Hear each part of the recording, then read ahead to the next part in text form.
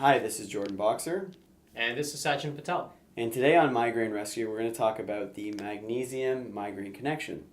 So, magnesium is a mineral that's found in many, many foods, and it's essential for a lot of different reactions in the body.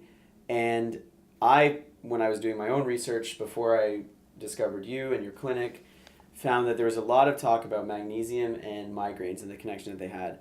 And what overall the studies were saying is that there's definitely a strong correlation between low levels of magnesium and migraine sufferers. So before we get more into that connection, why don't you tell us a little bit about magnesium and how you may utilize it in your own practice? Sure. So, first things first, magnesium is one of many minerals. So, it's rare for someone to just be deficient in magnesium. Magnesium is one of those minerals like zinc that is involved in many, many reactions. And in fact, magnesium is involved in about 300 metabolic processes in the body. So, when somebody's deficient, the cool thing about being magnesium deficient is that you can give somebody one nutrient that can have an impact on many, many reactions, if you will, in their body. And so it's one of those minerals that can have a massive impact on that person's health outcomes. Common deficiency signs of magnesium would be cravings for chocolate, constipation, anxiety can be another symptom, foot cramps, your feet having a strong odor, that's another sign of magnesium deficiency. That's not just working out hard? No, I mean, it could be both, right? Also cravings for carbohydrates, insomnia. These are common things that we see in patients who have magnesium depletions. Now, keep in mind, they probably have other depletions as well. We always find what we're looking for. With any nutrient, you want to take into consideration how much you're intaking, how much you're absorbing and assimilating, and then how much you're utilizing. So it's not just about how much money you make, it's about how much actually goes into your bank account, and then it's also about how much you actually save based on how much you spend. And so your habits and your daily practices will also increase magnesium utilization. So if you have a high stress lifestyle and a low magnesium diet, that's a recipe for magnesium deficiency. In terms of foods that are high in magnesium, we've got this great book called The World's Healthiest Foods. It's like our food Bible. So I'm just going to read to you the top 5 things that are high in magnesium foods. And these are Swiss chard, spinach, summer squash, pumpkin seeds, and broccoli. So try to get more of these foods into your diet. You'll notice that vegetables, especially dark green leafy vegetables, are highest in magnesium amongst other minerals.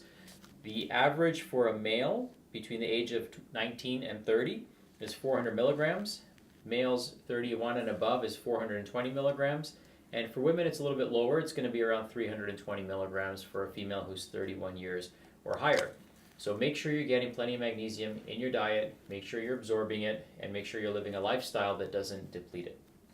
And, something I want to touch on this note is you often find that some people are eating the right foods, but they still have a deficiency in magnesium. Yeah, again, it's about absorption. And in order to absorb magnesium, calcium, zinc, iron, B12, these other minerals and vitamins, is you need adequate stomach acid production. And we find that let's think about this logically. So if somebody has high stress, they probably have low stomach acid production, which means they're depleted magnesium and they're not able to absorb as much magnesium. So it's kind of like this never-ending loop. And for those of you that are supplementing with magnesium, a pearl that I learned from one of my mentors, Russell Jaffe, is that it can take up to 2 years to replenish somebody's deficient magnesium stores. So be patient. Don't expect things to change overnight. And also make sure that you're taking the right form of magnesium. Maybe you can talk about the different forms of magnesium. Yeah, so one thing that can be quite intimidating to a consumer when they go into a health food store and they go to the magnesium section is that you have all these different types of magnesium. So the most common one that you'll find in retail stores is magnesium citrate. The odd time you might find magnesium oxide. And then now what the big push is towards with practitioners is for people to be supplementing with magnesium malate and magnesium glycinate. So when I say all this stuff, what does it mean? When you take magnesium completely by itself, your body can't really digest it or utilize it. There's nothing attached to it. So what we do in the supplemental world is we add either a salt, like citrate, or add an amino acid, like glycinate or malate. So that's what I mean by magnesium glycinate or magnesium malate. Now, citrate was the most common a few years ago because of its absorption, and most studies show that it was 22% absorbed.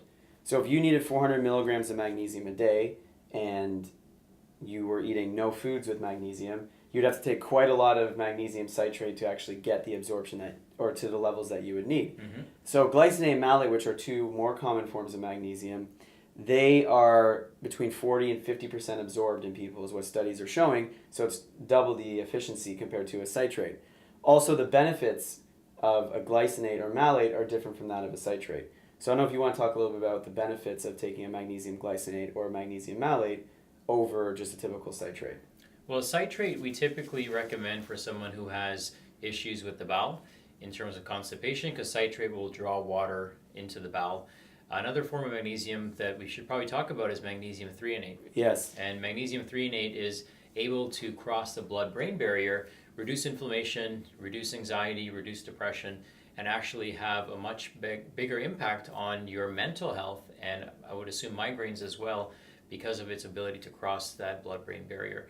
So it's important to not just get hung up on one form of magnesium, because again, it's involved in 300 different things in our body, and so getting a wide variety of magnesium in your diet would probably be the most beneficial thing. So there's some good products out there, and we're going to make some recommendations of products that are synergistic, that have multiple forms of magnesium in them, and that could probably be the most beneficial thing for people. Or you could take magnesium malate and citrate and threonate separately, but you might want to rotate those. So you can take one in the morning, one at lunch, and a different one in the evening before bed. I usually recommend the magnesium threonate before bed, because it just really helps the brain calm down. Okay, amazing. All right. Well, lots of information. We could talk about magnesium for hours and hours, but we wanted to give you some high-level stuff so you can start focusing on remineralizing your body, and therefore hopefully reducing the number of migraines and the intensity of migraines and the frequency of migraines that you get.